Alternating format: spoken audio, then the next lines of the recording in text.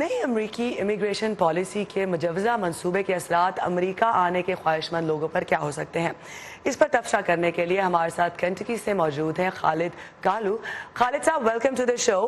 سب سے پہلے یہ بتائیے گا کہ فیملی اسپانسرشپ ویزوں میں کمی کی تجویز کی گئی ہے، یہ پاکستان سے تعلق رکھنے والے لوگوں کے لیے کیا معنی رکھتی ہے جو کہ اپنے بھائی یا رشتہ داروں کو جو یہاں پاکستانی مقیم ہیں انہیں امریکہ آنے میں مدد کرنا چاہتے ہیں؟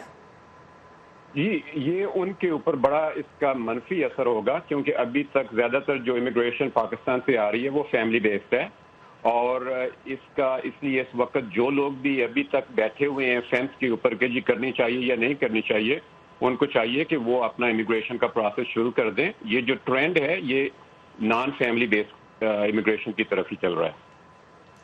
یہ بتائیے کہ اس تجویز کردہ منصوبے کی سیاسی مخالفت تو ہم دیکھ ہی رہے ہیں، قانونی طور پر کیا چیلنجز پیش آ سکتے ہیں اس طرح کی منصوبہ بندی کو؟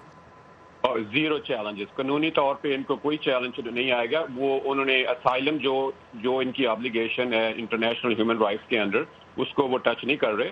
وہ صرف immigration from family base to مہارت جو ہے اس کے بیس پہ کر رہے ہیں، تو لیگلی ان کو کانسٹیٹیوشنلی کوئی چیلنج نہیں ہوگا۔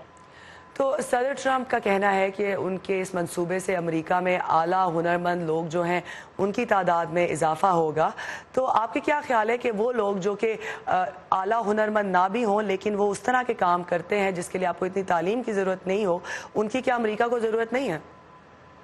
ہاں، ان کی ضرورت تو ہے، لیکن ان کو لیبر جو ہے وہ چیپ مل جاتی ہے یہاں سے، اپنا ساؤتھ امریکہ سے، تو وہ اس طرح کا جو ویزا ہے نا وہ نہیں پروموٹ کر رہے، اس کی تو پہلے چل رہا ہے۔ ابھی وہ صرف یہی کہ مہارت کے اوپر وہ کمپیٹ کر رہے ہیں یو کے ساتھ، آسٹریلیا کے ساتھ، دوسرے کینیڈا کے ساتھ، کہ یہ جو ٹیلنٹ ہے دوسرے ملکوں سے اس کو کیسے ڈرا کیا جائے۔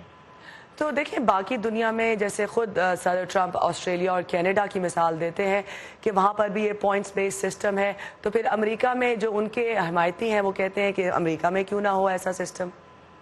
جی بالکل، ان کے حمایتی نہیں بلکہ میں سمجھتا ہوں کہ جو اپوزیشن ہے وہ بھی یہی کہیں گے۔ اپوزیشن کا صرف یہی ہے، وہ ڈریمر ایکٹ کے اوپر ان کی ڈیمانڈ ہے، لیکن اس کے اوپر نیشنل کنسنسس ہوگا کہ جو امیگریشن ہے یہ ہنر پہ ہونی چاہیے، فیملی پہ نہیں ہونی چاہیے۔ لیکن سردرن بارڈر پہ جو لوگ آنا چاہ رہے ہیں، پناہ لینا چاہ رہے ہیں امریکہ میں، ان کی اتنی بڑی تعداد وہاں پر ویٹ کر رہی ہے کہ امریکہ انہیں آنے دے۔ بہت سارے ہیومن رائٹس ایکٹیوسٹ اس کو انسانی بحران کہہ رہے ہیں، تو ان لوگوں کا کیا ہوگا؟ میرا نہیں خیال کہ ان کے اوپر کوئی اثر پڑے گا۔ لا جو ہے وہ چینج نہیں ہوگا، کیونکہ اس میں جو یو ایس ہے اس کی آبلیگیشنز ہیں انٹرنیشنل لاز کے اندر، تو اسائلم کو یہ ڈکلائن نہیں کر سکتے، ان کو یہ اسائلم لاز کو یہ چینج نہیں کر سکتے اتنے، وہ ان کو مسئلہ ہوگا چینج کرنے میں۔ Khalid Kalu, thank you so much for being with us.